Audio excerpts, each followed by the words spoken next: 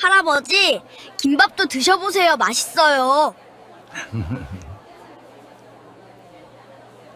아이는 나의 지저분한 모습에도 아랑곳하지 않고 순수하게 나에게 김밥을 건넸습니다. 그 옆에 있던 엄마도 공짜라는 말을 하지 않았고 불쌍해서라는 이유를 붙이지 않았습니다. 대신 이렇게 말했죠. 나중에 여유 생기시면 다른 분 도와주세요. 그녀 또한 나의 외모로 판단하지 않고 한 사람의 어른으로 스스로 판단할 수 있는 사람으로 대우하는 모습이었습니다. 구독, 좋아요 꾹 눌러주시고 어디서 듣고 계신지 댓글도 남겨주세요. 그곳에 행운과 단밤이 깃들기를 바랄게요. 사연 시작합니다. 그날도 김서윤은 카드 단말기 앞에서 잠깐 숨이 막혔습니다. 승인 거절이라는 빨간 글씨가 뜨면 세상이 또 한 번 무너지는 기분이 들었거든요. 손님은 떡볶이를 반쯤 먹다 말고 한숨을 쉬었고 서윤은 젓가락을 내려놓게 만든 자신이 미안해졌습니다. 죄송합니다. 제가 다시 찍어볼게요. 서윤은 공손하게 말했지만 속으로는 숫자들이 머리를 때리는 것 같았죠. 전기세, 월세, 엄마 병원비, 그리고 아직 끝나지 않은 보증 채무. 사람들은 돌싱녀라는 단어를 쉽게 말하지만 서윤에게 그 단어는 그냥 세 글자가 아니었습니다. 한 사람의 인생이 어떤 방식으로 찢겨나갔는지 그 잔해를 떠안고도 숨을 쉬어야 했던 시간의 이름이었어요. 서윤이 결혼했던 남자는 나쁜 사람이었냐고요. 처음엔 아니었습니다. 부지런했고 다정했고 장모님 생신에는 새벽부터 미역국을 끓이던 사람이었죠. 둘은 작은 전셋집에서 시작했고 주말이면 시장에서 10,000원짜리 과일을 사들고 웃었습니다. 그때 서윤은 확신했어요. 우리 집은 크게 벌진 못해도 서로만 있으면 되겠지요. 그 말은 진심이었고 그 말이 깨지는 데에는 생각보다 많은 시간이 필요하지 않았습니다. 남편의 사업은 갑자기 꺾였습니다. 거창한 투자도 아니었고 사기를 당한 것도 아니었어요. 거래처 한 곳이 연쇄부도로 쓰러지면서 약속된 돈이 들어오지 않았고 그 공백을 막기 위해 또 다른 거래를 무리하게 물어온 셈이었죠. 하루 이틀이면 메워질 줄 알았습니다. 하지만 그 하루 이틀이 한 달이 되고 한 달이 석 달이 되더군요. 그 사이 은행은 웃지 않았습니다. 전화는 아침에도 오고 밤에도 왔고 모르는 번호가 울리면 서윤의 손이 먼저 떨렸습니다. 결정적인 날은 시어머니가 병원 침대에서 울던 날이었습니다. 서윤아, 너라도 도와줘야 한다. 혈압이 오르고 숨이 가쁜 시어머니는 남편 대신 서윤의 손을 꼭 잡았죠.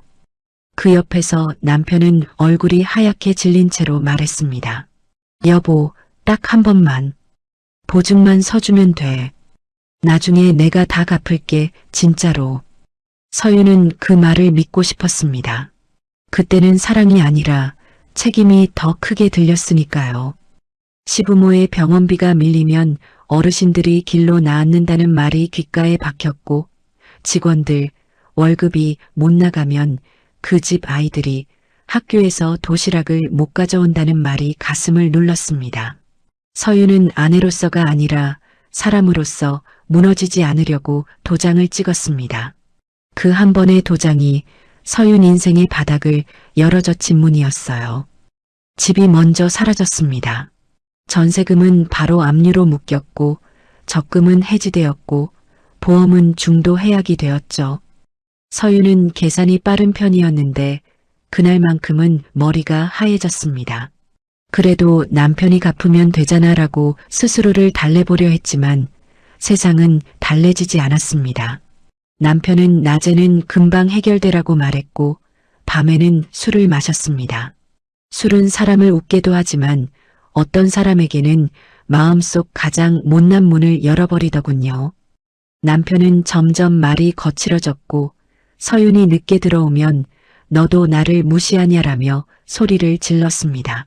서윤은 무시가 아니라 일을 해야 살지라고 말했지만 그 말은 그의 귀에 닿지 않았죠. 시댁은 더 냉정했습니다. 시어머니는 어느 날 서윤에게 이렇게 말했습니다. 내가 들어와서 집안 운이 꼬였어. 그 말은 칼처럼 날카롭지 않았어요. 오히려 너무 일상적인 목소리라서 더 아팠습니다. 서윤은 반박하지 못했습니다. 사람은 너무 지치면 자기 편을 들어줄 말조차 떠올리지 못하거든요. 서윤은 그냥 새벽 시장으로 나갔습니다. 경매장 바닥은 겨울이면 얼음처럼 차고 여름이면 끈적하게 뜨겁죠. 서윤은 그 바닥에서 발바닥이 부르트도록 서서 박스를 옮겼고 낮에는 분식집에서 설거지를 했습니다. 그 돈으로 매달 이자부터 막았습니다. 한 번만, 한 달만 버티면이라는 말이 그때부터는 기도처럼 굳어졌습니다. 그러다 남편이 사라졌습니다.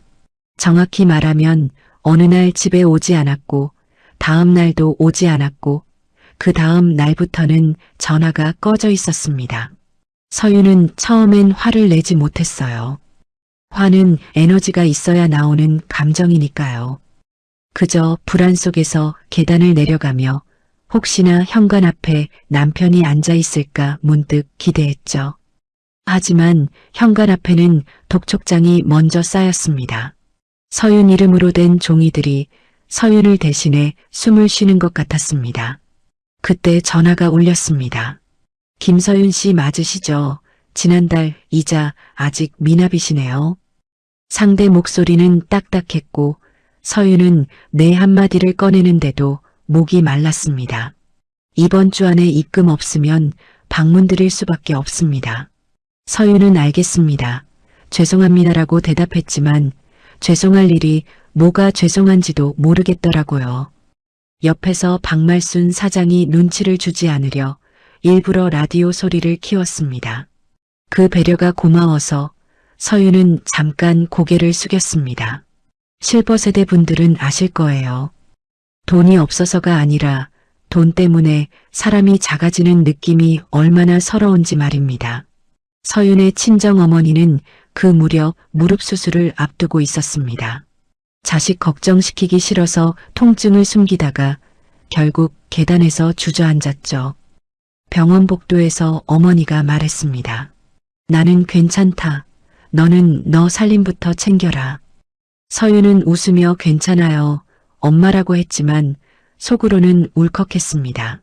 서윤은 남편이 떠난 자리까지 자신이 책임져야 한다고 생각했고 그 책임감이 어머니까지 아프게 만든 것 같아서 더 미안했죠. 그래서 친정으로 돌아가지 않았습니다.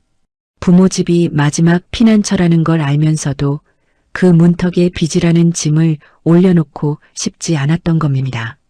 동네 사람들의 말도 견뎌야 했습니다. 이혼한 집은 기가 세다더라 같은 말들이 웃음처럼 흘러나왔죠. 서윤은 대꾸하지 않았습니다. 대꾸하는 순간 자신이 설명해야 할 사람이 되는 것 같았거든요.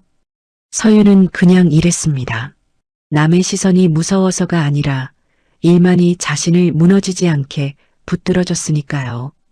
손이 트고 허리가 끊어질 듯해도 계산대 위의 숫자들이 조금씩 줄어드는 걸 보면 또 버틸 힘이 났습니다. 내가 다시 일어서면 누군가가 나를 함부로 말하지 못하겠지요라는 마음이었죠. 그때 서윤은 깨달았습니다. 이혼은 헤어지자고 말해서 되는 일이 아니라는 걸요. 이미 떠나버린 사람을 붙잡아도 삶은 나아지지 않는다는 걸요. 서윤이 이혼 서류를 내밀었을 때 남편은 서명하지도 않았습니다. 연락조차 없었으니까요. 결국 서윤은 혼자 법원에 서류를 제출했고 혼자 도장을 찍고 혼자 집으로 돌아왔습니다. 사람들이 이혼했다고 말하는 그 문장 안에는 사실 혼자 남았다는 문장이 숨어 있었습니다. 서윤은 그걸 누구에게도 길게 설명하지 않았습니다. 설명하는 순간 세상은 또 다른 질문을 던지거든요. 그래도 남편이 그렇게 될 때까지 뭐 했어? 참았어야 하는 거 아니야? 서윤은 그 질문들 앞에서 다시 한번 무너지고 싶지 않았습니다. 그래서 서윤은 선택했습니다. 무너지지 않는 법을요. 누구에게도 짐이 되지 않는 법을요. 그리고 사람을 함부로 판단하지 않는 법을요. 자기가 한번 판단당해 봤으니까 그게 얼마나 숨이 막히는지 알았던 거죠. 서윤은 분식집 조리대 앞에서 앞치마 끈을 다시 묶었습니다. 손님에게는 늘 같은 목소리로 말했습니다. 천천히 드세요. 괜찮습니다. 그 말은 손님에게 하는 말이면서 동시에 자기 자신에게 하는 말이기도 했습니다. 그런 서윤의 하루에 아직 모르는 이름 하나가 조용히 들어오려 하고 있었습니다. 훗날 회장이라고 불릴 그 노인이 아주 초라한 차림으로 이 가게 문을 열게 될 줄을 서윤은 아직 몰랐습니다. 그리고 그날 서윤이 지켜낸 작은 존엄 하나가 누군가의 무릎을 꿇게 만들 거라는 것도요. 그래도 서윤은 매일 아침 스스로에게 한 번 더 말하곤 했습니다. 오늘만은 무너지지 말자. 오늘만은요. 그 다짐이 그날의 버팀목이었죠. 정말요. 분식집 문을 여는 시간은 늘 같았습니다. 아침 9시 정각, 서윤은 셔터를 반쯤 올리고 먼저 가스불부터 켰습니다.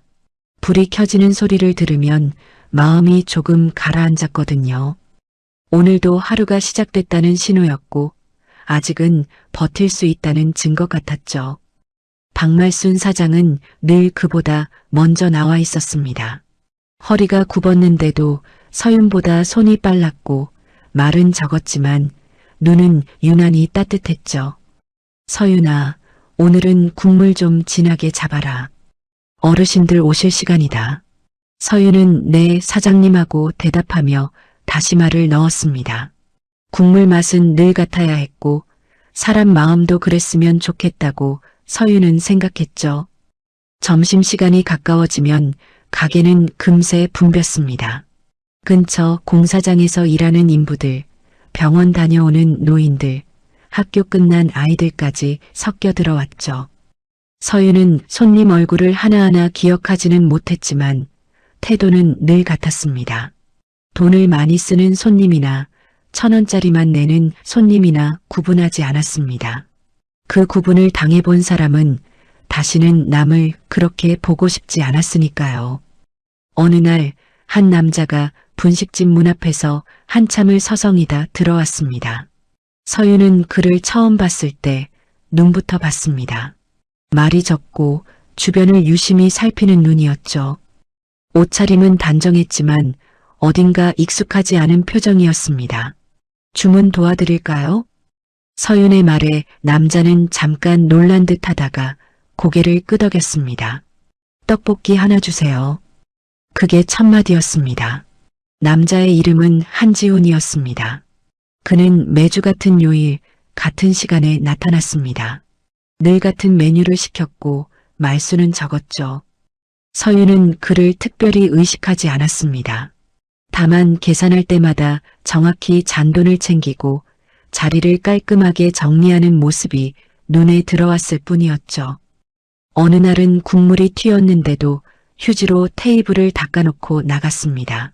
서윤은 그 모습을 보고 속으로 생각했습니다. 저 사람도 많이 신경 쓰며 살아왔겠구나.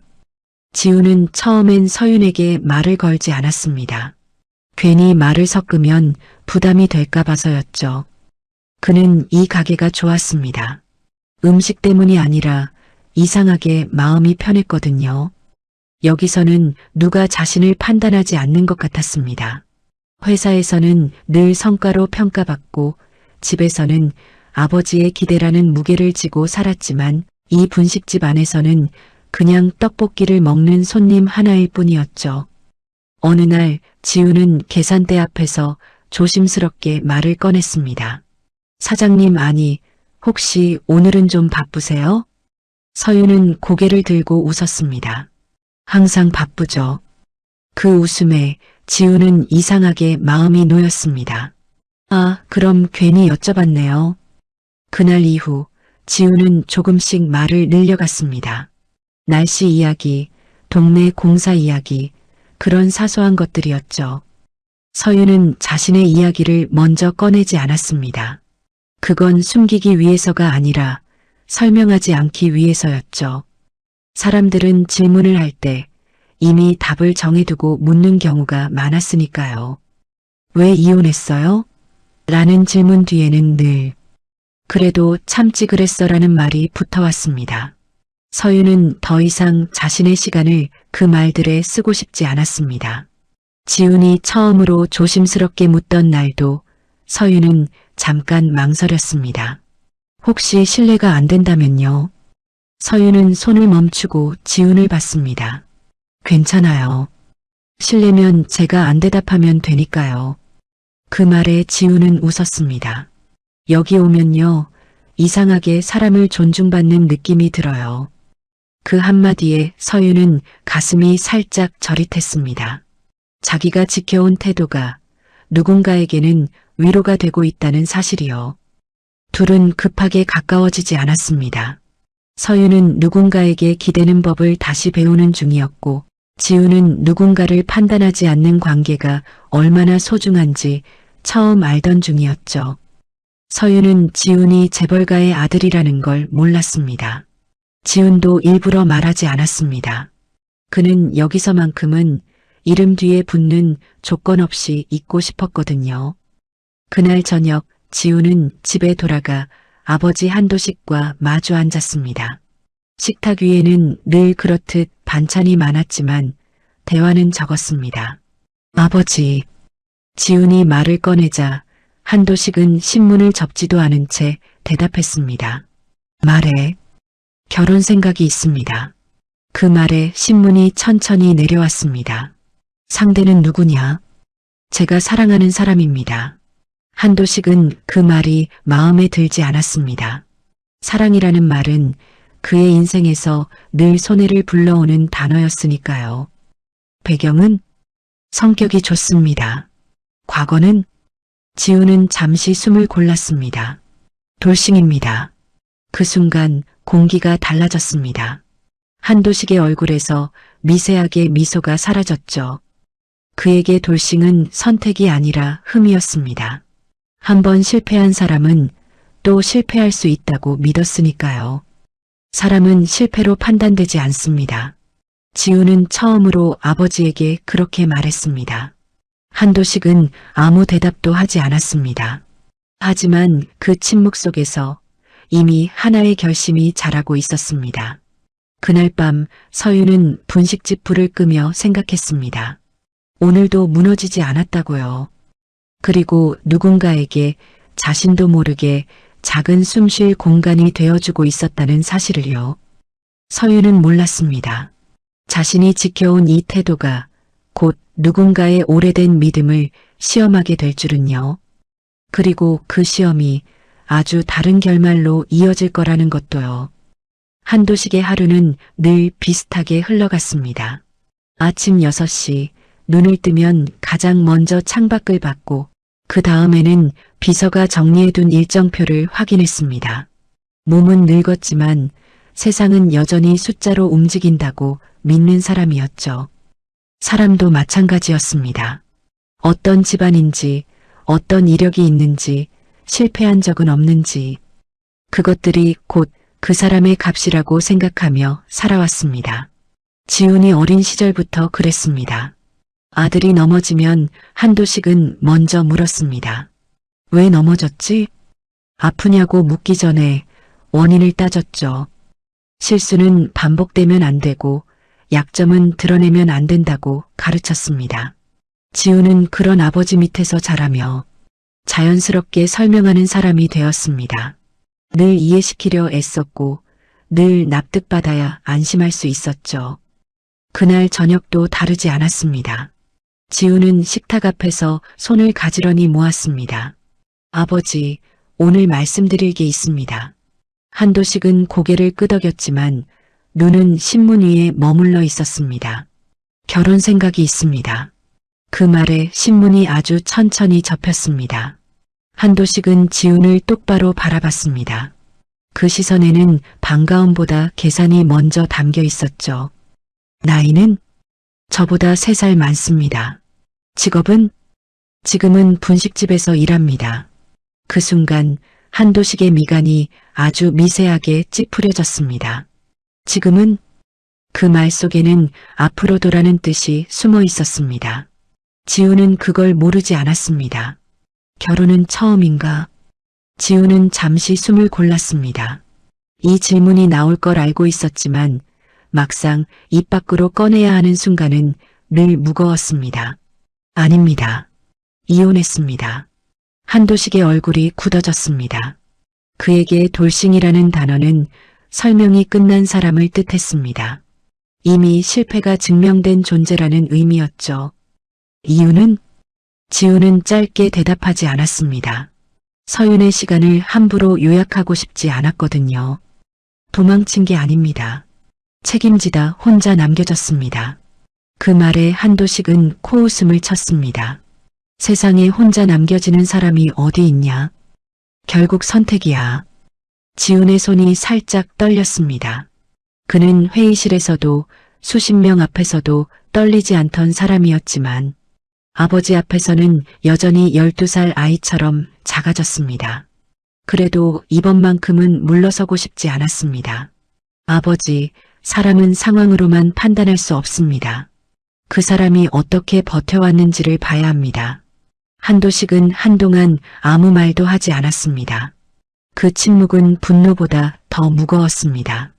그는 아들이 감정으로 말을 하고 있다고 생각했습니다. 감정은 언제나 손해를 불러온다고 믿는 사람이었으니까요. 결혼은 감정으로 하는 게 아니다. 집안과 집안의 결합이고 위험 관리다. 그 말에 지우는 고개를 숙였다가 다시 들었습니다.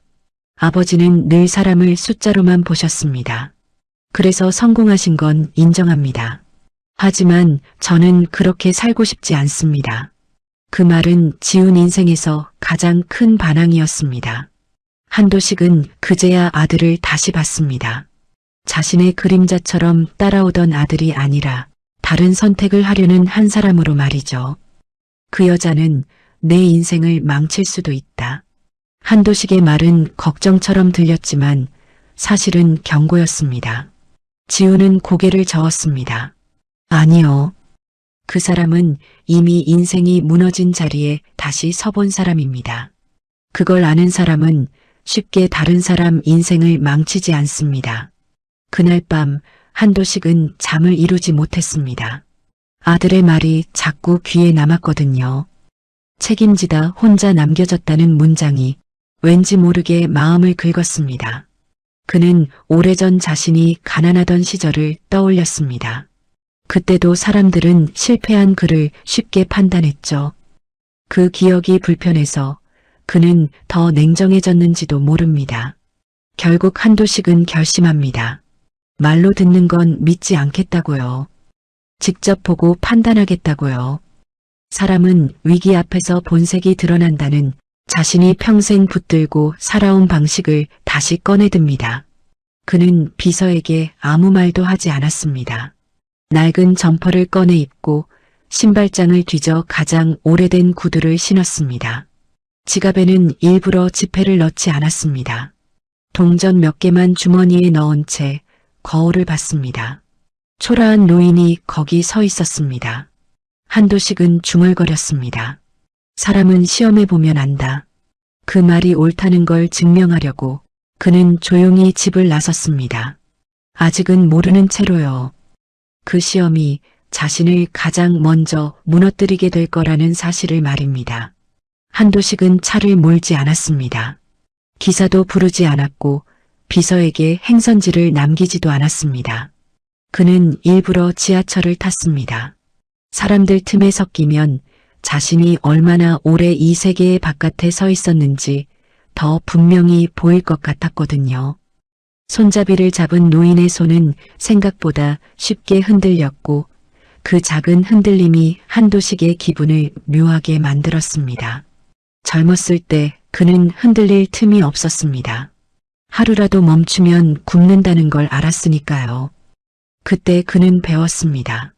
사람은 믿을 게 못되고 약한 모습을 보이는 순간 밟힌다는 거요. 그래서 그는 항상 먼저 밟았습니다. 거래처도 직원도 심지어 가족도요. 그 방식으로 여기까지 올라왔고 세상은 그를 성공한 사람이라 불러줬습니다. 돌싱 며느리. 그 단어가 머릿속에서 계속 맴돌았습니다. 한도식에게 이혼은 실패였고 실패는 곧 관리되지 않은 위험이었습니다. 아들이 사랑을 말할수록 그는 더 불안해졌습니다. 사랑은 늘 판단을 흐리게 만들었고 그 대가는 언제나 자신이 감당해야 했다고 믿었거든요. 지하철에서 내려 골목으로 접어들자 오래된 분식집 간판이 보였습니다. 화려하지도 세련되지도 않은 간판. 한도식은 잠시 멈춰섰습니다. 저런 곳에서 사람의 본성이 드러나겠지. 그는 그렇게 생각하며 점퍼 지퍼를 끝까지 올렸습니다. 거울 대신 쇼윈도에 비친 자신의 모습을 확인했습니다. 초라한 노인, 누군가의 도움 없이는 아무것도 못할 것 같은 꼴.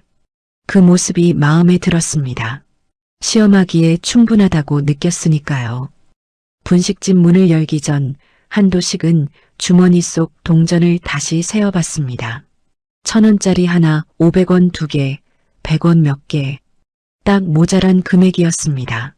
그는 일부러 계산을 그렇게 맞췄습니다. 돈이 부족한 상황, 가장 불편한 순간. 그때 사람의 진짜 얼굴이 나온다고 믿었으니까요. 문을 여는 순간 뜨거운 기름 냄새와 국물 향이 섞여 코를 찔렀습니다. 한도식은 그 냄새가 싫지 않았습니다. 어릴 적 시장통에서 맡던 냄새와 비슷했거든요. 그러나 그는 곧 고개를 저었습니다. 감상에 젖을 필요는 없어. 오늘은 확인하러 온 날이니까요. 가게 안은 붐볐습니다. 젊은 사람, 노인, 아이들까지 뒤섞여 있었습니다. 한도식은 일부러 문 옆자리에 앉았습니다. 눈에 잘 띄고 불편한 자리. 사람들이 가장 먼저 귀찮아하는 위치였죠. 그는 메뉴판을 집어들었다가 내려놓기를 반복했습니다. 일부러 결정을 못하는 척했습니다. 주문 도와드릴까요? 그 목소리를 들었을 때 한도식은 고개를 들었습니다. 그녀였습니다. 아들이 말하던 그 여자 김서윤. 사진으로 봤을 때보다 훨씬 담담한 얼굴이었습니다. 화장도 진하지 않았고 웃음도 과하지 않았습니다. 한도식은 속으로 판단했습니다. 착한 척은 누구나 하지. 그는 일부러 말을 더듬었습니다. 떡볶이 그거 얼마죠? 서윤은 메뉴판을 가리켰습니다. 3,000원입니다. 한도식은 고개를 끄덕이다가 주머니를 뒤적였습니다. 그리고 난처한 표정을 지었습니다. 그럼 반만도 되나요? 주변 테이블에서 시선이 몰렸습니다. 누군가는 혀를 찾고 누군가는 고개를 돌렸습니다. 한도식은 그 반응을 놓치지 않았습니다. 이제 슬슬 불편해질 차례라고 생각했죠. 서윤이 어떤 선택을 하는지가 중요했습니다. 서윤은 잠깐 계산대를 보더니 고개를 들었습니다. 네, 괜찮아요. 그 말은 너무 쉽게 나왔습니다. 한도식은 순간 당황했습니다. 보통은 여기서 망설이거나 규정을 말하거나 혹은 불쌍한 표정을 짓기 마련이었으니까요. 하지만 서윤은 아무 표정도 덧붙이지 않았습니다. 한도식은 시험을 한 단계 더 올렸습니다. 떡볶이가 나오자 일부러 수저를 떨어뜨렸고 국물이 옷에 튀었다며 투덜거렸습니다. 주변 손님이 인상을 찌푸렸습니다. 그 반응이 그에게는 신호였습니다. 이제 슬슬 짜증을 내겠지. 그러나 서윤은 다가와 조용히 말했습니다. 괜찮으세요? 휴지 더 드릴게요. 사과도 변명도 없었습니다. 그저 상황을 정리하려는 태도뿐이었죠. 그 순간 한도식의 마음이 미세하게 흔들렸습니다. 사람을 대하는 태도가 자신이 예상한 방향으로 흐르지 않고 있었거든요. 아직이야. 한도식은 스스로를 다잡았습니다. 시험은 아직 끝나지 않았습니다. 그는 계산대 앞에서 마지막 단계를 준비했습니다. 가장 불편한 순간, 가장 잔인한 판단의 순간을요. 그때까지도 한도식은 몰랐습니다. 자신이 시험하고 있다고 믿는 이 시간이 이미 다른 의미로 흘러가고 있다는 걸요. 그리고 이 가게에서 무너질 사람은 서윤이 아니라 자기 자신일지도 모른다는 사실을 말입니다. 분식집 안공기는 생각보다 조용했습니다. 점심시간에 소란이 한 박자 지나가고 난 뒤라 사람들은 각자 앞에 그릇에만 집중하고 있었죠. 그 틈에서 한도식은 일부러 천천히 떡볶이를 집어들었습니다. 손이 떨리는 척 젓가락을 몇 번이나 놓쳤고 국물은 접시 가장자리로 흘러내렸습니다. 그는 주변의 시선을 느끼며 속으로 계산했습니다. 이쯤이면 누구든 신경질을 낼 때지. 실제로 몇몇 손님이 힐끔거렸습니다. 어떤 중년 남자는 혀를 차며 고개를 돌렸고 학생으로 보이는 아이는 어머니 소매를 잡아당기며 자리를 옮기자고 속삭였습니다. 그 반응들이 한도식에게는 익숙했습니다. 가난했던 시절 자신이 수도 없이 받아본 시선들이었으니까요. 그는 그 기억 위에 다시 한번 시험을 얹었습니다. 아가씨. 그는 일부러 목소리를 낮췄습니다. 서윤이 돌아보자 그는 테이블을 가리켰습니다. 국물이 옷에 튀었네. 말투에는 미묘한 불만이 섞여 있었습니다. 서윤은 바로 다가왔습니다. 표정에는 놀람도 귀찮음도 없었습니다. 많이 묻으셨어요? 서윤은 휴지를 꺼내며 묻고 테이블부터 닦았습니다. 한도식은 그 손놀림을 유심히 봤습니다. 서두르지 않으면서도 대충 하지 않는 태도. 그는 속으로 코웃음을 쳤습니다. 이 정도는 누구나 할 수 있지. 그는 다음 단계를 준비했습니다. 요즘은 이런 것도 돈 다 받지? 말끝에 은근한 비아냥을 실었습니다.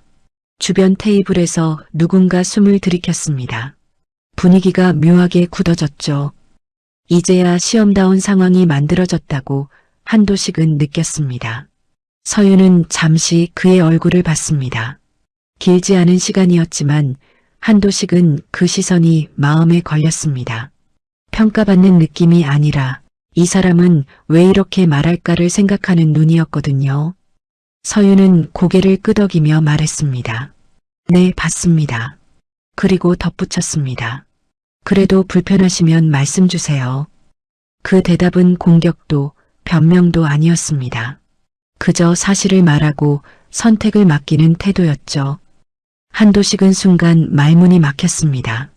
사람들이 보통 이런 상황에서 택하는 방식과 달랐으니까요. 불쌍함을 강조하거나 규칙을 들이대거나 아니면 아예 냉정해지기 마련인데 서윤은 그중 어느 것도 하지 않았습니다. 그는 젓가락을 내려놓고 주변을 한 번 더 둘러봤습니다. 사람들은 다시 각자의 식사로 돌아가 있었고 분식집은 금세 원래의 리듬을 되찾았습니다. 아무도 이 노인을 특별하게 여기지 않았습니다. 그 사실이 이상하게 마음에 걸렸습니다. 평생 특별한 위치에만 있어 온 한도식에게는 이런 무관심이 낯설었거든요. 계산 시간이 다가왔습니다. 한도식은 일부러 천천히 자리에서 일어났습니다. 주머니에서 동전을 하나씩 꺼내 계산대 위에 올렸습니다. 딸깍 딸깍 소리가 유난히 크게 들렸습니다. 서윤은 아무 말 없이 동전을 세었습니다. 눈썹 하나 까딱하지 않았습니다. 이게 전부인데. 한도식이 말했습니다. 말끝에는 여전히 시험의 냄새가 남아 있었습니다. 서윤은 계산을 마치고 잠시 고개를 숙였습니다. 그리고 봉투 하나를 꺼내 조용히 내밀었습니다. 이건 드리는 게 아니에요. 그 말에 한도식은 고개를 들었습니다. 서윤은 시선을 피하지 않았습니다. 나중에 여유 생기시면 다른 분한테 떡볶이 한 그릇 사주세요. 그 말은 부드러웠지만 단호했습니다. 동정도 아니고 시혜도 아니었습니다. 거래도 아니었습니다. 한 사람을 도와줘야 할 대상이 아니라 다음 선택을 할 수 있는 사람으로 남겨두는 말이었죠. 한도식은 아무 대답도 하지 못했습니다. 그는 봉투를 받지 않은 채 한참을 서 있었습니다. 평생 수없이 베풀었지만 이렇게 존엄을 지켜주는 방식으로 받은 적은 없었습니다. 그 순간 그의 가슴 어딘가가 묘하게 눌렸습니다. 서윤은 더 말을 붙이지 않았습니다. 봉투를 계산대 위에 올려두고 다음 손님을 향해 고개를 돌렸습니다. 그 태도가 오히려 한도식을 더 흔들었습니다. 자신이 이 장면의 중심이 아니라는 사실이 이상하게 마음을 어지럽혔거든요. 분식집 문을 나서며 한도식은 뒤를 돌아봤습니다. 서윤은 이미 다른 손님의 주문을 받고 있었습니다. 아무 일도 없었다는 듯 평소와 똑같은 얼굴로요. 그때 한도식은 처음으로 깨달았습니다. 자신은 시험을 하러 왔다고 믿었지만 이미 그 시험은 다른 방향으로 진행되고 있다는 걸요. 그리고 그 결과가 자신이 예상한 것과 전혀 다를 수도 있다는 사실을 말입니다. 분식집 문이 닫히는 소리가 유난히 크게 들렸습니다. 한도식은 몇 발자국을 걷다가 멈춰 섰습니다. 봉투는 아직 계산대 위에 놓여 있었고 그는 끝내 그것을 집어들지 못한 채 가게를 나왔죠. 이상했습니다. 그저 떡볶이 한 그릇을 먹고 나온 것뿐인데 발걸음이 쉽게 떨어지지 않았습니다. 가슴 안쪽이 묘하게 눌린 느낌, 오래전 잊고 살았던 감각이 고개를 들고 있었습니다. 연기다. 한도식은 스스로를 타일렀습니다. 사람은 누구나 상황에 따라 착한 얼굴을 쓸 수 있다고, 특히 돈 앞에서는 더더욱 그렇다고요. 그는 그렇게 수십 년을 살아왔고 그 방식으로 여기까지 올라왔습니다. 그래서 지금 느끼는 이 불편함도 그저 계산이 어긋났을 때의 기분일 거라고 생각했습니다. 하지만 분식집에서 몇 걸음 떨어지기도 전에 그는 다시 안을 힐끔 돌아봤습니다. 서윤은 여전히 분주했습니다. 봉투 이야기를 다른 사람에게 꺼내지도 않았고 누군가에게 아까 그 노인 봤냐고 수군거리지도 않았습니다. 그저 다음 주문을 받고 국자를 들고 평소와 다름없는 하루를 이어가고 있었죠. 그 모습이 한도식을 더 불편하게 만들었습니다. 보통은 선행을 베풀면 그 흔적을 남기고 싶어지기 마련이니까요.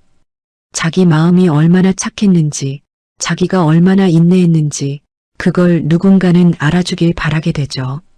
하지만 서윤에게는 그런 기색이 전혀 없었습니다.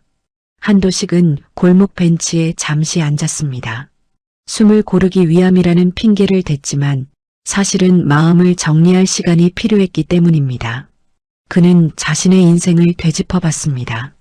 가난했던 시절, 사람들에게 얼마나 많은 시선을 받았는지, 얼마나 많은 말 없는 평가를 견뎌야 했는지를요. 그때의 그는 동정을 가장 싫어했습니다. 불쌍하다는 눈빛, 그래도 힘내라는 말, 그 모든 것이 자신을 더 작게 만든다고 느꼈죠. 그래서 그는 결심했습니다. 다시는 그런 위치에 서지 않겠다고. 그리고 그 결심은 언젠가부터 누구도 그런 위치에 서게 하지 않겠다가 아니라 내가 그런 위치에 서지 않겠다로만 남아버렸습니다. 한도식은 깨달았습니다. 자신은 사람을 도와온 것이 아니라 사람 위에 서왔다는 걸요. 돈으로, 권력으로, 선택권으로 상대가 고맙다고 말할 수밖에 없는 구조를 만들고 그 안에서 안심하며 살아왔다는 사실을요. 반면 서윤은 달랐습니다. 그녀는 선택권을 남겨두었습니다. 봉투를 내밀면서도 공짜라는 말을 하지 않았고 불쌍해서라는 이유를 붙이지 않았습니다. 대신 이렇게 말했죠. 나중에 여유 생기시면 다른 분 도와주세요. 그 말은 명령도 아니었고 감사받기 위한 장치도 아니었습니다. 그저 상대를 하나의 어른으로 스스로 판단할 수 있는 사람으로 대우하는 방식이었습니다. 그 사실이 한도식을 가장 괴롭혔습니다. 자신이 평생 쌓아온 신념이 아주 사소한 분식집 한켠에서 흔들리고 있었으니까요. 그 시각 분식집 안에서는 다른 일이 벌어지고 있었습니다. 박말순 사장이 서윤을 힐끔 보며 말했습니다. 아까 그 어르신 아는 사람이냐? 서윤은 잠깐 손을 멈췄다가 고개를 저었습니다. 아니요. 근데 왜 그렇게? 말수는 말을 흐렸습니다. 서윤은 국자를 내려놓으며 조용히 말했습니다. 그냥 손님이잖아요. 그 말에 말수는 더 묻지 않았습니다. 서윤의 눈에 그 질문이 더 이상 필요 없다는 걸 알아봤거든요. 서윤은 잠시 계산대 위를 바라봤습니다. 봉투는 그대로 놓여 있었습니다. 그녀는 그걸 다시 집어넣지 않았습니다. 받을지 말지는 온전히 그 노인의 몫이라고 생각했으니까요. 서윤은 알고 있었습니다. 사람이 가장 서러울 때는 도움을 받는 순간이 아니라 자기 선택이 사라지는 순간이라는 걸요. 자신이 그걸 겪어봤으니까요. 이혼 후 서윤은 수없이 많은 도움을 제안받았습니다. 우리 집으로 와라. 잠깐 쉬어라. 이 정도는 내가 해줄게. 그 말들 중 상당수는 진심이었지만 그 진심 속에는 늘 조건이 숨어 있었습니다. 그러니까 내가 이렇게 살아야 한다는 조건이요. 서윤은 그 조건들이 숨을 막히게 했습니다. 그래서 그녀는 다짐했습니다. 누군가를 도울 때 그 사람의 삶을 대신 결정하지 않겠다고요. 손을 내밀되 끌어당기지는 않겠다고요. 오늘 그 노인에게 한 말도 그 다짐의 연장이었습니다. 해가 조금 기울 무렵 한도식은 다시 분식집 앞에 섰습니다. 들어갈지 말지 망설이는 시간이 길었습니다. 그는 처음으로 깨달았습니다. 자신은 지금 시험자가 아니라 평가받는 사람의 자리에 서 있다는 걸요. 그 순간 그의 주머니 속 동전들이 서로 부딪히며 소리를 냈습니다. 그 소리가 유난히 크게 들렸습니다. 한도식은 그 소리를 들으며 아들이 했던 말을 떠올렸습니다. 사람은 실패로 판단되지 않습니다. 그 말이 이제야 조금 이해되는 것 같았습니다. 그리고 그 이해가 그를 분식집 문 앞으로 다시 끌어당기고 있었습니다. 한도식은 깊게 숨을 들이마셨습니다. 이제 더 이상 시험할 생각은 없었습니다. 대신 확인하고 싶은 게 생겼습니다. 이 태도가, 이 존중이 우연이 아니라 삶의 방식인지. 그가 다시 문을 열게 된다면 이번에는 거지 흉내를 내는 노인이 아니라 자기 자신으로 들어가게 되리라는 걸 그는 아직 정확히 말로 표현할 수는 없었지만 분명히 느끼고 있었습니다. 한도식은 결국 분식집 문을 다시 열었습니다. 밖에서 몇 번이나 발걸음을 옮겼다가 되돌아왔는지 본인도 정확히 기억하지 못했습니다. 다만 확실한 건 그냥 집으로 돌아갈 수는 없었다는 사실이었죠. 평생 수많은 회의실을 나서면서도 이렇게 마음이 무거운 적은 없었습니다.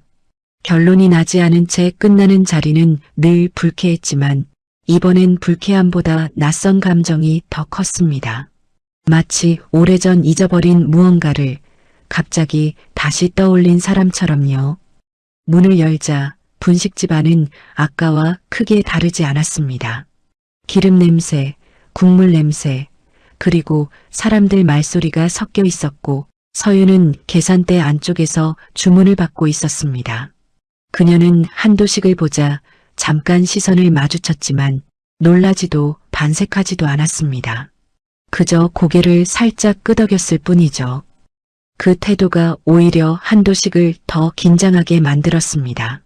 그는 천천히 계산대 앞으로 다가갔습니다.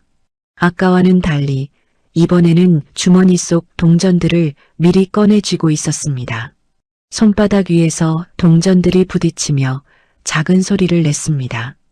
그 소리가 괜히 크게 들려 한도식은 주먹을 움켜쥐었습니다. 그는 봉투를 바라봤습니다. 아직도 그 자리에 그대로 놓여 있었습니다. 이거. 한도식이 입을 열자 서윤이 고개를 들었습니다. 아까 말씀하신 거요. 그는 봉투를 가리켰습니다. 서윤은 잠깐 봉투를 보고 다시 그의 얼굴을 봤습니다. 그 시선에는 재촉도 기대도 없었습니다. 마치 그가 어떤 선택을 하든 상관없다는 듯한 눈빛이었죠. 한도식은 그게 이상하게 고마웠습니다. 사람들은 보통 도움을 주고 나면 받는 사람이 어떤 반응을 보이는지 지켜보려 들거든요. 감사하는지, 감동했는지, 고개를 숙이는지 그런 반응들이 주는 만족감이 있기 마련입니다. 하지만 서윤은 그걸 요구하지 않았습니다. 나는 한도식은 말을 잇지 못하고 잠시 숨을 골랐습니다. 그는 평생 말을 끊긴 적이 거의 없는 사람이었습니다. 회의실에서도 기자들 앞에서도 언제나 말은 그의 편이었죠. 그런데 지금은 무슨 말을 꺼내야 할지 잘 모르겠더군요. 이렇게 받는 게 맞는 건지 모르겠네. 그는 결국 그렇게 말했습니다. 서윤은 잠시 생각하다가 대답했습니다. 안 받으셔도 돼요. 그 말은 단호했지만 차갑지 않았습니다. 선택은 어르신 몫이에요. 그 한마디에 한도식의 가슴이 묘하게 저렸습니다. 선택. 그 단어는 늘 그가 쥐고 있던 것이었습니다. 누구를 채용할지, 누구를 내보낼지, 누구에게 기회를 줄지, 누가 탈락할지. 선택은 언제나 그의 손에 있었죠. 그런데 지금은 그 선택권이 자기 자신에게 돌아와 있었습니다. 한도식은 봉투를 천천히 집어들었습니다. 종이의 감촉이 손끝에 느껴졌습니다. 그 안에 들어있는 금액이 얼마인지 사실 중요하지 않았습니다. 중요한 건 이 봉투가 자신을 어떤 사람으로 대하느냐는 문제였으니까요. 고맙다는 말도 안 하네. 그가 농담처럼 말하자 서윤은 잠깐 웃었습니다. 안 하셔도 돼요. 그 말 부담스러우실 수 있잖아요. 그 대답에 한도식은 웃음이 나오려다 말았습니다. 부담. 누군가에게 도움을 받는 게 아니라 고마워해야 하는 상황이 부담스럽다는 걸. 이 여자는 이미 알고 있는 것 같았습니다. 그때 뒤에서 박말순 사장이 다가왔습니다. 어르신, 자리 괜찮으셨어요? 말순은 일부러 평소보다 더 편한 말투로 물었습니다. 한도식은 고개를 끄덕였습니다. 괜찮았소. 그 짧은 대답 속에는 자신도 모르게 진심이 섞여 있었습니다. 말순은 서윤을 흘끗 보더니 더 묻지 않고 주방으로 돌아갔습니다. 그건 역시 한도식에게는 낯선 경험이었습니다. 보통 사람들은 더 묻고 싶어 하거든요. 왜 괜찮았는지, 뭐가 마음에 들었는지. 하지만 이곳 사람들은 묻지 않는 걸 배려라고 생각하는 것 같았습니다. 한도식은 봉투를 다시 계산대 위에 올려놓았습니다. 그리고 이번에는 동전 대신 주머니에서 지폐 한 장을 꺼냈습니다. 그가 일부러 넣지 않았던 지폐였습니다. 이건 계산이네. 그는 그렇게 말하며 지폐를 밀어놓았습니다. 서윤은 그 지폐를 보며 잠시 망설였습니다. 그리고 고개를 끄덕였습니다. 네. 그녀는 지폐를 받아 계산기에 찍었습니다. 그 행동은 그를 특별 대우하지도 거절하지도 않는 아주 평범한 처리였습니다. 그 평범함이 한도식에게는 이상하게 큰 의미로 다가왔습니다. 그는 다시 한번 봉투를 집어들었습니다. 이번에는 망설이지 않았습니다. 그럼 약속하지. 그가 말했습니다. 나중에 정말로 여유가 생기면 다른 사람에게 떡볶이 한 그릇을 사주겠네. 서윤은 고개를 끄덕였습니다. 그럼 충분해요. 그 대답에는 어떤 평가도 없었습니다. 잘했다는 말도 그럴 줄 알았다는 말도 없었습니다. 그저 하나의 선택이 존중받았다는 느낌만 남았습니다. 한도식은 분식집 문을 나서며 자신이 오랫동안 착각하고 살아왔다는 걸 인정할 수밖에 없었습니다. 사람은 돈으로 시험할 수 있다고 믿었고 가난은 곧 인격의 약점이라고 생각해왔죠. 하지만 방금 전 그는 돈 한 푼 더 내고도 오히려 작아지지 않았습니다. 오히려 아주 오랜만에 사람 대접을 받았다는 기분이 들었습니다. 그날 밤 한도식은 집으로 돌아가서도 쉽게 잠들지 못했습니다. 봉투는 식탁 위에 올려두었습니다. 그걸 열어보지도 않았습니다. 열어보는 순간 이 경험이 숫자로 바뀌어버린 것 같았거든요. 그는 아들의 얼굴을 떠올렸습니다. 그리고 아들이 했던 말을 다시 떠올렸습니다. 그 사람은 이미 무너진 자리에서 다시 서본 사람입니다. 그제야 한도식은 조금 알 것 같았습니다. 왜 그 말이 자꾸 마음에 남았는지, 그리고 왜 자신이 이 분식집을 그냥 지나칠 수 없었는지를요. 시험은 끝났습니다. 적어도 한도식의 마음속에서는요. 이제 남은 건 그 시험이 만들어낸 결과를 어떻게 받아들이느냐는 문제였습니다. 그날 저녁 분식집 불을 끄고 난 뒤에도 서윤은 한동안 가게 안에 서 있었습니다. 가스불은 모두 꺼졌고 바닥도 닦아놓았는데 마음은 이상하게 정리가 되지 않았죠. 봉투는 결국 한도식의 손에 넘어갔고 계산대 위에는 아무것도 남아있지 않았습니다. 그런데도 그 자리에 무언가 남아있는 느낌이 들었습니다. 말로 설명하기 어려운 잔상 같은 것 말입니다. 오늘따라 왜 이렇게 멍하냐? 박말순 사장이 앞치마를 벗으며 물었습니다. 서윤은 잠깐 웃고 말았습니다. 그냥요. 하루가 길었어요. 말순은 더 캐묻지 않았습니다. 서윤이 필요할 때만 말하는 사람이라는 걸 그녀는 오래전에 이미 알아봤거든요. 집으로 돌아오는 길, 서윤은 평소보다 천천히 걸었습니다. 휴대전화가 울릴 것 같아 몇 번이나 화면을 확인했지만 아무 연락도 없었습니다. 그게 다행이면서도 한편으로는 이상하게 허전했죠. 그 노인이 누구였는지, 왜 그런 태도로 자신을 바라봤는지 서윤은 굳이 생각하지 않으려 했습니다. 사람을 너무 깊이 생각하면 괜히 마음만 다칠 때가 많았으니까요. 그날 밤 지훈에게서 메시지가 왔습니다. 오늘 가게에 누가 다녀갔다고 들었어요. 서윤은 잠시 멈칫했습니다. 말투가 평소와 달랐습니다. 괜찮으셨어요? 그 한 문장이 괜히 마음을 건드렸습니다. 서윤은 한참을 고민하다가 답장을 보냈습니다. 네. 손님 한 분이었어요. 그리고 잠시 뒤 조금 특이하긴 했지만요. 그 이상은 쓰지 않았습니다. 설명하고 싶지 않았고 무엇보다 그 노인의 정체를 자기 입으로 먼저 짐작하고 싶지 않았습니다. 잠시 후 지훈에게서 전화가 왔습니다. 서윤 씨, 목소리가 조심스러웠습니다. 혹시 어르신이 혼자 오셨나요? 서윤은 숨을 한번 고르고 대답했습니다. 네. 그 짧은 대답만으로도 서윤은 이미 느낌이 왔습니다. 아버지였습니다. 지훈의 말은 낮았고 그 속에는 미안함이 잔뜩 묻어 있었습니다. 서윤은 바로 대답하지 못했습니다. 놀라지 않았다면 거짓말이겠지만 분노도 서운함도 바로 올라오지 않았습니다. 오히려 마음이 차분해졌죠. 그럴 수 있죠. 서윤이 그렇게 말하자 지훈 쪽에서 한숨 섞인 숨소리가 들렸습니다. 화 안 나세요? 서윤은 잠시 생각하다가 말했습니다. 왜 그러셨는지는 알 것 같아요. 서윤은 알고 있었습니다.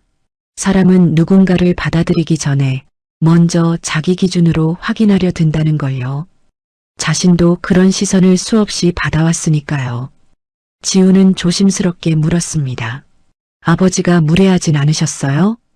서윤은 잠깐 웃었습니다. 무례했다기보다는 조금 많이 외로워 보이셨어요. 그 말에 전화기 너머에서 지훈이 아무 말도 하지 못했습니다. 서윤은 그 침묵을 이해했습니다. 아버지를 누구보다 잘 안다고 생각했지만 막상 외롭다는 말로 표현된 아버지는 지훈에게도 낯설었을 테니까요. 잠시 후 지훈이 말했습니다. 서윤 씨, 제게 한 번만 다시 말씀해 주실 수 있을까요? 이혼 이야기요. 그 말은 캐묻는 게 아니라 다시 확인하고 싶다는 느낌이었습니다. 서윤은 창가에 앉아 어둠이 내려앉은 골목을 바라보며 천천히 말했습니다. 저는요, 버린 적이 없어요. 도망친 적도 없고요. 그냥 남겨졌어요. 지훈은 말없이 듣고 있었습니다. 서윤은 그 침묵이 고마웠습니다. 말을 끊지 않는다는 것만으로도 사람은 충분히 존중받을 수 있으니까요. 처음엔 버텼어요. 사람들 말처럼 참으면 좋아질 줄 알았죠. 그런데 어느 순간부터는 제가 살아있는 게 아니라 빚이 살아있는 것 같더라고요. 그때 알았어요. 이건 결혼을 지키는 게 아니라 제 삶을 포기하는 거라는 걸요. 지우는 낮게 말했습니다. 그 선택이 쉬웠을 리 없죠. 서유는 고개를 저었습니다. 쉬웠다면 지금까지 이렇게 오래 남아있지도 않았을 거예요. 그녀는 잠시 말을 멈췄다가 덧붙였습니다. 그래도 후회는 안 해요. 그 시간을 겪지 않았다면 사람을 이렇게까지 조심스럽게 대하지는 못했을 테니까요. 지우는 그 말에 가슴이 먹먹해졌습니다. 아버지가 시험하려 했던 것이 사실은 이미 수십 번의 시험을 통과한 사람이라는 걸 그제야 다시 실감했죠. 전화를 끊고 나서 서유는 한동안 가만히 앉아 있었습니다. 돌싱이라는 말 뒤에 얼마나 많은 밤과 선택이 숨어 있는지 자신만큼 잘 아는 사람은 없을 거라 생각했습니다. 그녀는 알고 있었습니다. 사람들이 궁금해하는 건 왜 이혼했냐가 아니라 그래도 참지 왜 나왔냐라는 질문이라는 걸요. 그래서 더 이상 설명하지 않기로 했습니다. 하지만 오늘만큼은 달랐습니다. 누군가는 설명을 요구하지 않았고 누군가는 시험을 하려다 멈췄고 누군가는 그 시간을 그대로 받아들이려 하고 있었습니다. 서유는 조용히 생각했습니다. 이 결혼은 누군가의 허락으로 시작되는 게 아니라 서로의 시간을 존중하는 데서 시작돼야 한다고요. 그 사실을 한 노인과 한 아들이 각자의 방식으로 조금씩 배우고 있다는 걸 느끼며 서유는 그날 밤 아주 오랜만에 깊게 잠들 수 있었습니다. 분식집 앞에 검은 세단이 멈춰 섰을 때 사람들은 잠깐 고개를 들었다가 다시 각자의 일로 돌아갔습니다. 이 동네에서 비싼 차 한 대쯤은 더 이상 뉴스가 아니었으니까요. 하지만 차에서 내린 남자를 본 순간 분위기는 조금 달라졌습니다. 단정한 정장, 흐트러짐 없는 구두, 그리고 주변을 살피는 날카로운 눈빛. 며칠 전 허름한 점퍼 차림으로 떡볶이를 먹던 노인과는 전혀 다른 사람이었습니다. 한도식은 차 문을 닫고 잠시 서 있었습니다.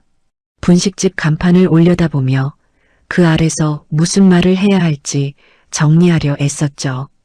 그에게 사과란 보고서로 쓰는 것도 아니고 돈으로 대신할 수도 없는 일이었습니다. 그래서 더 어려웠습니다. 문을 열자 종이 딸랑 소리를 냈습니다. 서유는 계산대 안쪽에서 주문을 받고 있다가 고개를 들었습니다. 그녀의 눈이 잠시 흔들렸습니다. 그 노인이었습니다. 아니, 정확히 말하면 그 노인이 아니었습니다. 서유는 바로 알아봤습니다. 같은 눈이었거든요. 사람을 살피는 듯 하면서도 어딘가 늘 혼자 서 있는 눈. 그 눈은 옷이 바뀌었다고 달라지지 않았습니다. 한도식은 가게 안을 천천히 둘러봤습니다. 아무도 그를 알아보지 못했습니다. 그 사실이 오히려 마음을 편하게 했습니다. 오늘은 회장이 아니라 한 사람으로 이 자리에 서고 싶었으니까요. 그는 계산대 앞에 섰습니다. 서유는 잠시 말이 없었습니다. 어색함이 흘렀지만 누구도 먼저 그걸 깨려 하지 않았습니다. 다시 왔습니다.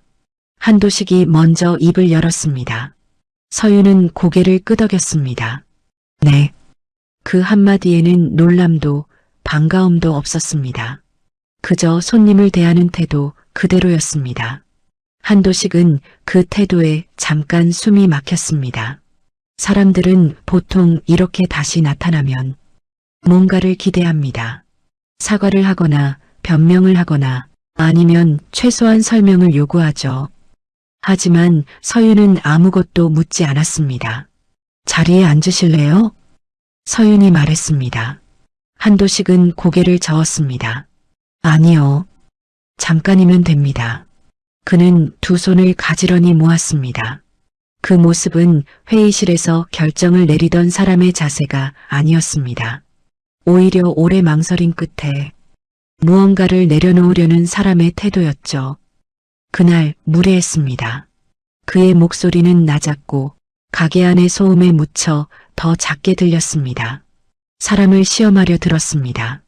서윤은 아무 말도 하지 않았습니다. 그 침묵은 한도식을 더 긴장하게 만들었습니다. 하지만 그는 멈추지 않았습니다. 나는 늘 그렇게 살아왔습니다. 사람은 확인해야 안심이 됐고 확인하는 방법은 시험뿐이라고 믿었습니다. 그날도 그랬습니다. 한도식은 잠시 말을 멈추고 숨을 골랐습니다. 그리고 천천히, 아주 천천히 무릎을 꿇었습니다. 분식집 안의 공기가 멈췄습니다. 수저 소리도 기름 끓는 소리도 순간 사라진 것처럼 느껴졌습니다. 어르신, 박말순 사장이 먼저 반응했습니다. 서윤도 놀라 한 발짝 앞으로 나왔습니다. 이러실 필요 없습니다.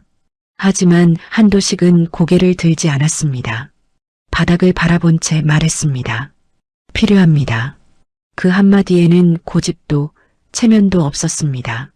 그저 인정만 남아 있었습니다. 나는 사람을 판단해왔고 그 판단으로 많은 것을 얻었습니다. 하지만 그날 나는 처음으로 판단받지 않는 자리에 서봤습니다. 그는 고개를 들었습니다. 눈이 붉어져 있었습니다. 동정도 아니고 무시도 아닌 태도. 그걸 나는 평생 돈으로도 사본 적이 없습니다. 서윤은 서둘러 그의 팔을 붙잡았습니다. 일어나세요. 이건 제가 받을 일이 아닙니다. 한도식은 천천히 일어났습니다. 무릎을 꿇고 있었던 시간은 짧았지만 그에게는 아주 길게 느껴졌습니다. 아들의 결혼을 허락받으러 온 게 아닙니다. 그가 말했습니다. 내가 어떤 사람인지 스스로 인정하러 왔습니다. 서윤은 잠시 그를 바라보다가 말했습니다. 저도 완벽한 사람은 아닙니다. 그래서 다른 사람을 함부로 판단하지 않으려고 할 뿐이에요. 그 말에 한도식은 고개를 끄덕였습니다. 그는 처음으로 며느리를 가족의 일원이 아니라 자기보다 먼저 사람을 배운 어른으로 보고 있었습니다. 분식집 안은 다시 천천히 일상을 되찾았습니다. 사람들은 속삭였지만 누구도 그 장면을 가십으로 만들지 않았습니다. 그 분위기마저 한도식에게는 낯설고 고마웠습니다. 문을 나서기 전 그는 마지막으로 말했습니다. 나는 이제 사람을 시험하는 대신 배우는 쪽에 서고 싶습니다. 서윤은 고개를 숙여 인사했습니다. 그 인사는 굴복이 아니라 동등한 사람 사이의 인사였습니다. 한도식은 차에 오르며 처음으로 마음이 가벼워졌습니다. 무언가를 얻어서가 아니라 무언가를 내려놓았기 때문이었습니다. 그리고 그날 한재벌 회장은 비로소 자기 인생에서 가장 어려운 결정을 끝냈습니다. 사람을 조건이 아닌 사람으로 받아들이기로요. 한도식이 분식집을 떠난 뒤에도 가게 안의 공기는 쉽게 가라앉지 않았습니다. 기름 냄새와 국물 향은 그대로였지만 사람들의 호흡은 조금 달라져 있었죠. 박말순 사장은 한동안 말없이 프라이팬만 뒤집었고 손님들도 괜히 시선을 피하며 조용히 식사를 마쳤습니다. 누구도 그 장면을 정확히 설명하지는 못했지만 무언가 중요한 걸 목격했다는 느낌만은 공통적이었습니다. 서윤은 계산대 안쪽에 서서 잠시 숨을 고르고 있었습니다. 심장이 평소보다 빠르게 뛰고 있었지만 이상하게도 불안하지는 않았습니다. 오히려 오래 묵은 짐 하나를 내려놓은 듯한 기분이었죠. 자신이 잘 해냈다거나 옳은 선택을 했다는 확신이 아니라 그저 자기 방식대로 서 있었다는 안도감이었습니다. 서윤아, 박말순 사장이 낮은 목소리로 불렀습니다. 괜찮냐? 서윤은 고개를 끄덕였습니다. 네, 사장님. 말순은 더 묻지 않았습니다. 괜찮다는 말이 아무 일 없었다는 뜻이 아니라는 걸 그녀는 이미 알고 있었으니까요. 그날 밤 서윤은 집에 돌아와서도 쉽게 잠들지 못했습니다.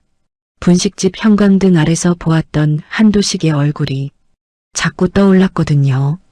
무릎을 꿇던 순간의 표정보다는 그 직전 잠깐 흔들리던 눈빛이 더 마음에 남았습니다.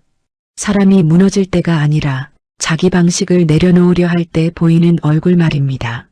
서윤은 스스로에게 물었습니다. 나는 오늘 그 사람을 용서한 걸까?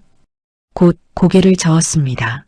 용서라는 말은 너무 거창했습니다.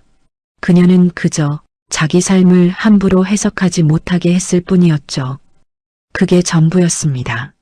그 시각 한도식의 집은 유난히 조용했습니다.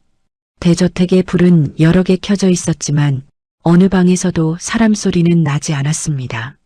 그는 서재에 혼자 앉아 오래된 사진 앨범을 꺼내놓고 있었습니다. 사진 속에는 젊은 시절의 자신이 있었습니다. 허름한 셔츠, 주름진 바지, 그리고 이를 악문 얼굴. 그 표정은 분식집에서 마주한 그 노인의 얼굴과 닮아 있었습니다. 그때의 자신도 누군가에게 판단당하는 게 무서웠을 테니까요. 내가 언제부터 이렇게 됐지. 한도식은 혼잣말처럼 중얼거렸습니다. 성공 이후였는지 아니면 실패를 두려워하기 시작한 순간부터였는지 정확한 시점은 떠오르지 않았습니다. 다만 분명한 건 어느 순간부터 사람을 만날 때 먼저 따지고, 먼저 재고, 먼저 시험하는 사람이 되어 있었다는 사실이었죠. 그는 아들의 얼굴을 떠올렸습니다. 지훈이 결혼 이야기를 꺼내던 날 자기 앞에서 애써 침착하게 서 있던 모습. 그때 자신은 아들을 보호한다고 믿었지만 사실은 자기 방식만을 지키려 했던 게 아니었을까? 한도식은 휴대전화를 집어들었다가 내려놓기를 반복했습니다.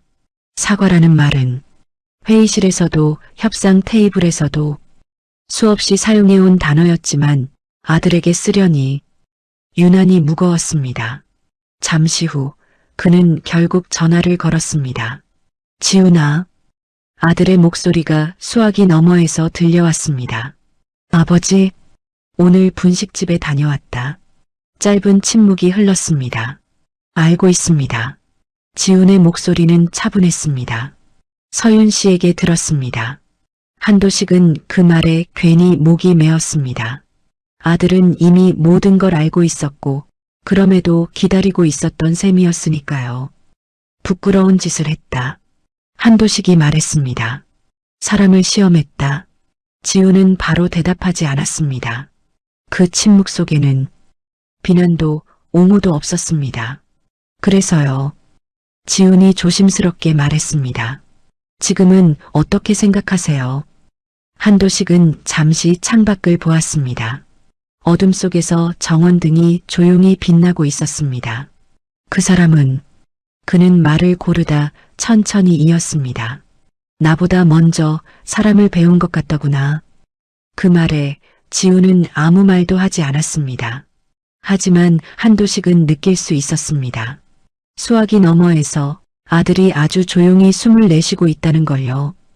결혼 말리지 않겠다. 한도식이 말했습니다. 조건도 시험도 없이. 그 말은 허락이 아니라 자신에 대한 선언에 가까웠습니다. 전화를 끊고 나서 한도식은 한참을 서재에 앉아 있었습니다. 오늘 하루 동안 그는 수십 년 동안 붙잡고 살던 방식을 내려놓았습니다. 완전히는 아니더라도 적어도 그 천문은 열어젖힌 셈이었죠. 같은 시간 서윤도 휴대전화를 내려놓고 불을 끄려다 말았습니다. 지훈에게서 온 짧은 메시지를 다시 읽고 있었거든요. 아버지와 통화했습니다. 오늘 일 고맙다고 하셨어요. 서윤은 그 문장을 한참 바라보다가 짧게 답장을 보냈습니다. 고맙다는 말, 저는 들을 자격 없어요. 그리고 덧붙였습니다. 그분이 스스로 선택한 거니까요. 그날 밤 서윤은 처음으로 생각했습니다. 이 결혼이 누군가를 설득해서 얻는 자리가 아니라 서로가 각자의 삶을 존중한 끝에 자연스럽게 이어질 수 있겠다고요. 시험은 끝났습니다. 그리고 그 자리에 남은 건 승자도 패자도 아닌 조금 늦게 배운 어른과 이미 많은 시간을 견뎌온 사람, 그리고 그 사이에 선 아들이었습니다. 이제 이야기는 허락받는 결혼이 아니라 함께 책임지는 가족으로 조금씩 방향을 바꾸고 있었습니다. 결혼 날짜를 정하자는 이야기는 생각보다 조용히 나왔습니다. 큰 선언도 감격적인 순간도 없었죠. 지훈이 슬슬 이야기해도 될 것 같아요라고 말했고 서윤은 잠시 고개를 끄덕인 뒤 네라고 답했을 뿐이었습니다. 하지만 그 짧은 대화 뒤에는 각자가 넘어야 했던 시간들이 고요하게 겹쳐 있었습니다. 지훈은 그날 밤 아버지 집을 찾았습니다. 예전 같으면 비서에게 먼저 연락하고 시간을 맞추고 괜히 명분을 만들어야 했을 방문이었지만 이번에는 그냥 집에 가겠습니다라는 말 한마디였습니다. 그 변화 하나만으로도 지훈은 이미 많은 게 달라졌다는 걸 느끼고 있었죠. 한도식은 거실 소파에 앉아 있었습니다. TV는 켜져 있었지만 화면을 보고 있지는 않았습니다. 지훈이 들어오자 고개를 들었고 잠시 말이 없다가 이렇게 말했습니다. 왔냐? 그 평범한 한마디가 예전보다 훨씬 덜 무거웠습니다. 두 사람은 마주 앉았습니다. 차가 식탁 위에 놓였지만 누구도 먼저 손을 대지 않았습니다. 지훈은 잠시 숨을 고른 뒤 말했습니다. 결혼 날짜를 잡으려고 합니다. 한도식은 바로 대답하지 않았습니다. 잠깐 눈을 감았다가 아주 천천히 고개를 끄덕였습니다. 그래. 그 한마디에는 조건도 질문도 계산도 없었습니다. 지훈은 그제야 자기 안에 남아있던 마지막 긴장이 조용히 풀리는 걸 느꼈습니다. 그는 여전히 조심스러웠지만 이번만큼은 숨기고 싶지 않았습니다. 아버지, 지훈이 말을 이었습니다. 서윤 씨에게 시험 같은 걸 하신 건 솔직히 상처였습니다. 한도식은 고개를 숙였습니다. 변명도 반박도 하지 않았습니다. 그 침묵이 오히려 지훈에게는 진심처럼 느껴졌습니다. 나는 한도식이 입을 열었습니다. 사람을 믿는 법을 배워본 적이 없다. 그 말은 처음으로 듣는 고백이었습니다. 믿었다가 잃은 게 너무 많았거든. 그래서 먼저 의심하면 적어도 덜 잃는다고 생각했다. 그게 틀린 방식이라는 걸 이제야 조금 알겠다. 지훈은 아무 말도 하지 않고 들었습니다. 어릴 적부터 바랐던 장면이었지만 막상 현실이 되자 어떻게 반응해야 할지 몰랐습니다. 아버지를 이해하고 싶었지만 그동안의 시간들이 너무 길었으니까요. 서윤 씨를 만나고 나서 한도식은 말을 멈췄다가 다시 이었습니다. 내가 얼마나 무례한 사람이었는지 알았다. 돈이 있으면 마음도 넉넉해지는 줄 알았는데 사실은 반대였더라. 그 말에 지훈의 가슴이 먹먹해졌습니다. 아버지는 늘 강한 사람이었고 강해야만 하는 사람처럼 살아왔습니다. 그런 아버지가 자기 방식을 무례했다고 말하는 순간을 지훈은 처음 보고 있었습니다. 나는 내가 선택한 사람을 지켜보겠다는 생각으로 갔다. 하지만 돌아오는 길에는 나 자신을 보고 돌아왔다. 지훈은 그제야 말했습니다. 아버지, 서윤 씨는요. 이미 충분히 많은 걸 견뎌온 사람입니다. 누군가에게 증명할 필요가 없는 사람이에요. 한도식은 고개를 끄덕였습니다. 그래. 그래서 내가 더 부끄러웠다. 잠시 침묵이 흘렀습니다. 이전 같았으면 어색함을 참지 못하고 누군가 말을 꺼냈을 시간이었지만 이번에는 그 침묵이 서로를 다치게 하지 않았습니다. 아버지, 지훈이 다시 입을 열었습니다. 결혼식 크게 하지 않을 생각입니다. 왜? 한도식이 물었습니다. 그 질문에는 의심보다 궁금함이 담겨 있었습니다. 서윤 씨가 조용한 걸 원합니다. 사람들 앞에서 자기 삶을 설명하고 싶지 않대요. 한도식은 잠시 생각하다가 말했습니다. 그게 맞다. 사람 인생은 구경거리가 아니니까. 그 말에 지훈은 웃음이 나올 뻔했습니다. 아버지 입에서 이런 말이 나올 거라고는 예전엔 상상도 못했으니까요. 나는 결혼식에 아버지로만 참석하겠다. 한도식이 말했습니다. 회장도 체면도 내려놓고 괜찮겠냐? 지우는 고개를 끄덕였습니다. 그게 제일 좋습니다. 그날 밤 지우는 집으로 돌아오며 서윤에게 전화를 걸었습니다. 아버지랑 이야기했어요. 많이 달라지셨어요. 서윤은 잠시 말이 없었습니다. 그리고 조용히 말했습니다. 사람은요, 늦게라도 배울 수 있으면 그걸로 된 거예요. 지우는 그 말을 곱씹었습니다. 그 말은 아버지에게 하는 말이면서 동시에 자기 자신에게 하는 말 같았습니다. 며칠 뒤 한도식은 혼자 분식집 앞을 지나쳤습니다. 들어가지는 않았습니다. 그저 잠시 멈춰서서 간판을 바라보다가 고개를 숙였습니다. 그 안에는 자신이 무릎을 꿇었던 자리가 있었고 그보다 더 낮아졌던 자기 마음이 있었습니다. 사람은 그는 중얼거렸습니다. 늦게라도 배울 수 있는 거구나. 그 사실 하나만으로도 그의 인생은 아직 끝나지 않았다는 생각이 들었습니다.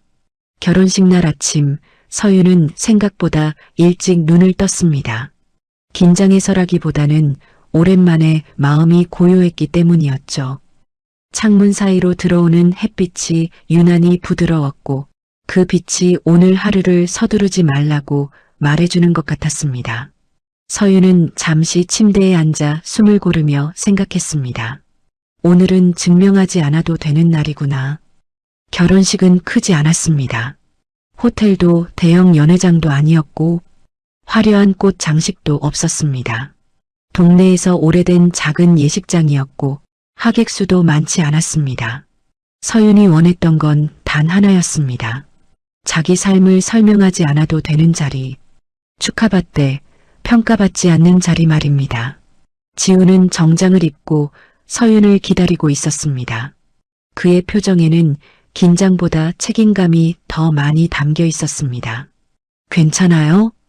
지훈의 물음에 서윤은 고개를 끄덕였습니다. 네. 오늘은 정말 괜찮아요. 그 말은 형식적인 대답이 아니었습니다. 서윤은 정말로 오랜만에 괜찮았습니다. 한도식은 예식장 맨 뒤쪽에 조용히 앉아 있었습니다. 눈에 띄지 않는 자리였고 누군가 그를 알아보고 인사하려 해도 그는 손짓으로 괜찮다고 말했습니다. 오늘만큼은 재벌 회장이 아니라 아버지로만 있고 싶었습니다. 예식이 시작되자 서윤은 천천히 입장했습니다. 누군가는 그녀의 과거를 알고 있었고 누군가는 아무것도 몰랐습니다. 하지만 그 어떤 시선도 서윤을 정의하지는 못했습니다. 그녀는 이미 자기 삶을 스스로 정의한 사람이었으니까요. 줄에는 길지 않았습니다. 의미 없는 미사여구도 없었고 참으라는 말도 희생하라는 말도 없었습니다. 대신 이런 말이 있었습니다. 두 분은 서로를 바꾸려 하지 말고 서로의 시간을 존중해 주시기 바랍니다. 그 말에 서윤은 조용히 숨을 들이마셨습니다. 서약을 하는 순간 지우는 서윤을 바라보며 말했습니다. 나는 당신의 과거를 고치려 하지 않겠습니다. 당신이 걸어온 시간을 그대로 존중하겠습니다. 서윤은 잠시 눈을 깜빡이다가 대답했습니다. 나는 당신의 선택을 두려워하지 않겠습니다. 그리고 나 역시 당신 앞에서 나 자신을 숨기지 않겠습니다. 그 서약은 사랑의 맹세라기보다는 삶에 대한 약속에 가까웠습니다. 박수가 터져나왔고 예식장은 따뜻한 소음으로 가득 찼습니다. 그 순간 한도식은 자리에서 일어났습니다. 주례도 사회자도 예정에 없던 일이었습니다. 사람들의 시선이 자연스럽게 그에게 모였습니다. 한도식은 잠시 마이크를 잡고 서 있었습니다. 평생 수많은 연설을 해온 사람이었지만 오늘만큼은 무슨 말을 해야 할지 쉽게 떠오르지 않았습니다.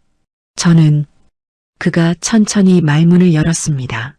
오늘 이 자리에서 아버지로서가 아니라 한 사람으로서 한마디만 하겠습니다. 예식장은 조용해졌습니다. 나는 그동안 사람을 조건으로 판단하며 살아왔습니다. 성공과 실패, 강함과 약함으로 사람을 나눠봤습니다. 그는 잠시 숨을 고르고 서윤을 바라봤습니다. 하지만 이 아이를 만나고 나는 알게 되었습니다. 사람은 견뎌온 시간으로 판단해야 한다는 걸요. 서윤의 눈이 살짝 흔들렸습니다. 나는 오늘 이 결혼을 허락하는 자리가 아니라 배우는 자리에 서 있습니다. 두 사람에게 아무 조건도 붙이지 않겠습니다. 그 말은 선언이었고 사과였고 다짐이었습니다.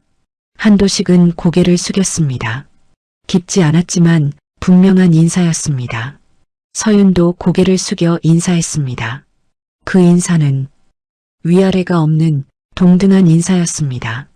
예식이 끝나고 사람들은 조용히 축하를 건네고 돌아갔습니다. 누군가는 말했습니다. 참 담백한 결혼식이네요. 서윤은 그 말이 좋았습니다. 식이 끝난 뒤 한도식은 서윤에게 다가와 말했습니다. 앞으로도 내가 또 틀릴 수 있다. 그땐 그는 잠시 말을 멈췄습니다. 서윤은 미소 지으며 대답했습니다. 그땐 다시 배우시면 되죠. 그 말에 한도식은 웃었습니다. 아주 작게 그러나 진심으로요. 집으로 돌아오는 길 서윤은 지훈의 손을 잡고 말했습니다. 이 결혼은요. 누군가에게 인정받아서 하는 게 아니라 서로의 시간을 존중해서 하는 거라서 더 든든해요. 지훈은 고개를 끄덕였습니다. 그래서 오래 갈 것 같아요. 그날 밤 한도식은 혼자 식탁에 앉아 조용히 떡볶이 봉투를 꺼냈습니다. 그 안에는 그날 받았던 봉투와 메모 한 장이 들어 있었습니다. 약속 지켰습니다. 한도식은 그 종이를 오래 바라보다가 천천히 접어 넣었습니다. 사람을 시험하던 노인은 사람을 배우는 아버지가 되었고 돌싱이라 불리던 여자는 누구의 설명도 필요 없는 한 사람으로 서 있었습니다. 그렇게 이 이야기는 감동으로 끝나지 않습니다. 다만 이렇게 남습니다. 사람은 판단하지 않을 때 비로소 가족이 된다는 사실로요. 이 이야기가 가슴에 남는다면 구독, 좋아요, 알림 설정 꾹 눌러주세요. 누군가의 인생이 당신의 이야기일 수 있습니다.